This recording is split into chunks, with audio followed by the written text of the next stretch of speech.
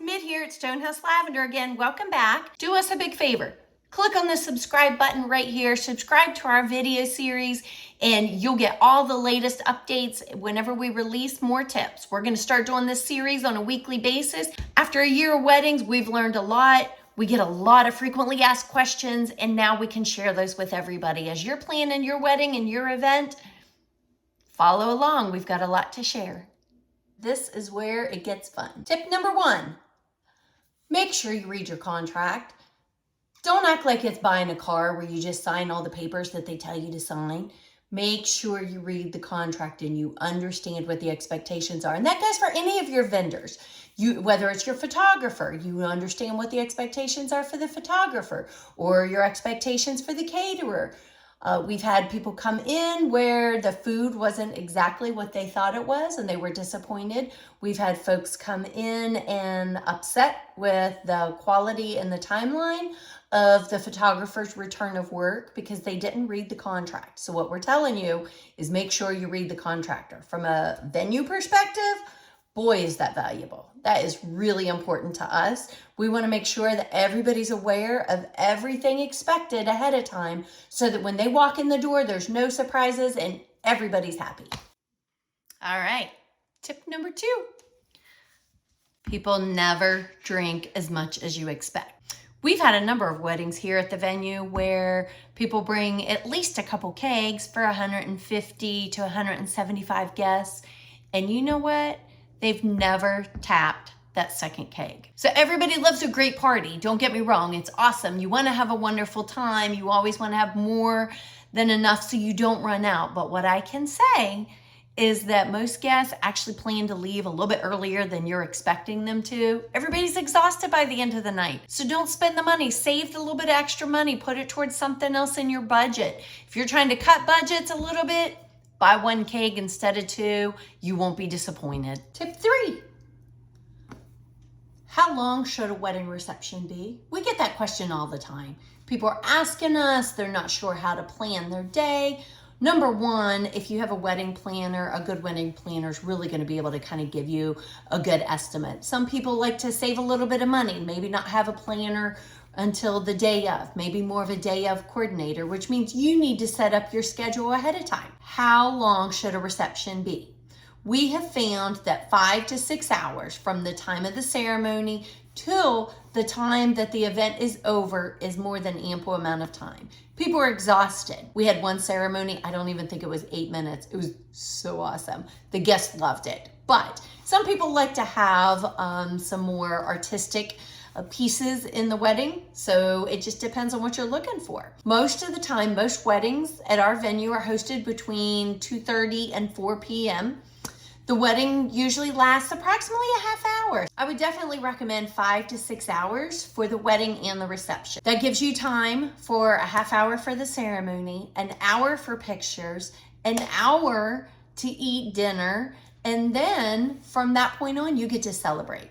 I can't tell you how many brides and grooms are exhausted halfway through the reception because it's been such a long day and such a long week for them. So all of the planning and the decorating and coordinating of everybody, they're exhausted. We had one bride one time, she actually went down into the groom's cave and took a nap with her puppy dogs. So yes, people are exhausted. 5 to 6 hours is more than an ample amount of time. So don't get frustrated when your venue is giving you a time to close up at 10 p.m. That is a perfect time to start shutting the party down and let everybody go home safely, relax, and come back the next day to clean up. Tip number 4. What about desserts? What should we do? Do we do cake? Do we do cupcakes? Do we do cookies? What do we do? In this area, it's very traditional. People like to have the Pittsburgh cookie table. You'll hear of that. There's a giant Facebook group and everything related to it. They're spectacular. They're amazing. But some people prefer to have the cake. They do the cutting of the cake and then they serve the wedding cake to everybody, more traditional style. What we have found is sort of a happy medium in there. A lot of people like to have a bride and groom cake, maybe 1, maybe 2 tiers just to save something for later. But in reality, they have an assortment of cupcakes available, maybe some cookies, just a variety of desserts, and the guests love it. We see more guests appreciating and enjoying the cupcakes and the cookies than just a slice of cake. So if you're gonna spend your money, our recommendation is definitely go the cupcake route. It's totally worth it and makes the guests a lot happier when they have a lot of choices to choose from. Tip number 5, what do we do about kids? Do we invite kids? Do we not have kids? Well, that's the big question. We actually get that asked a lot. One of the growing trends that we're seeing at weddings is that it's adults only. It becomes a big discussion point for a lot of family members just because they're always kind of curious about whether or not they should have kids at the wedding. This is a family event. What we can tell you is we have found that couples enjoy themselves and their time a lot more when it's an adult-only event. A lot of people like to say, we're going to drink a few, we're going to cut loose, we're going to relax and have a great time. Who wants to get out there shaking their booty on the dance floor with a little kid standing right there beside them? It's a little uncomfortable. Some people are uncomfortable with that. The flip side of this is, as a parent, what do I do with my kids? I'm traveling out of town and I don't know what to do with them. Well, what we can say is let the kids have a little break from you too. Go on a little adult trip without them. There's always that one parent that gets stuck having to supervise the little ones and they don't get to enjoy the time. They get frustrated, they're out in the middle, or worse than that, they end up not supervising the kids. We had an event one time, they sent all the kids to the groom's cave. They thought it would be fun to let them play down there and watch TV. Well, the kids thought it was more like a romper room, and they're throwing things, breaking picture frames, all kinds of stuff. Then, the next day, when we're cleaning up, guess what we found in that groom's cave? We found a gun. Now, it wasn't loaded, but just the fear of having that. It was a gift that had been given to the groom, and the idea that that was in the room as the kids were running around playing unsupervised is terrifying.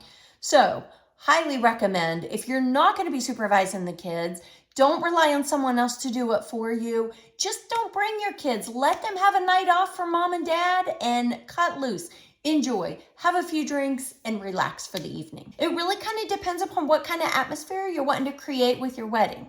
From our experience at the weddings at our venue, we have found that adult-only events are a lot more relaxing and people tend to have a lot more fun. So thinking about your guests, think about the atmosphere you're wanting to create. We've had some crazy experiences at our barn. There you have it. Those are some of the tips that we've learned along the way so far. We're going to keep sharing these with you every week, so keep clicking on the videos and watching along as we're sharing all of our experiences. Make sure you guys subscribe to our page. Keep watching as we share more.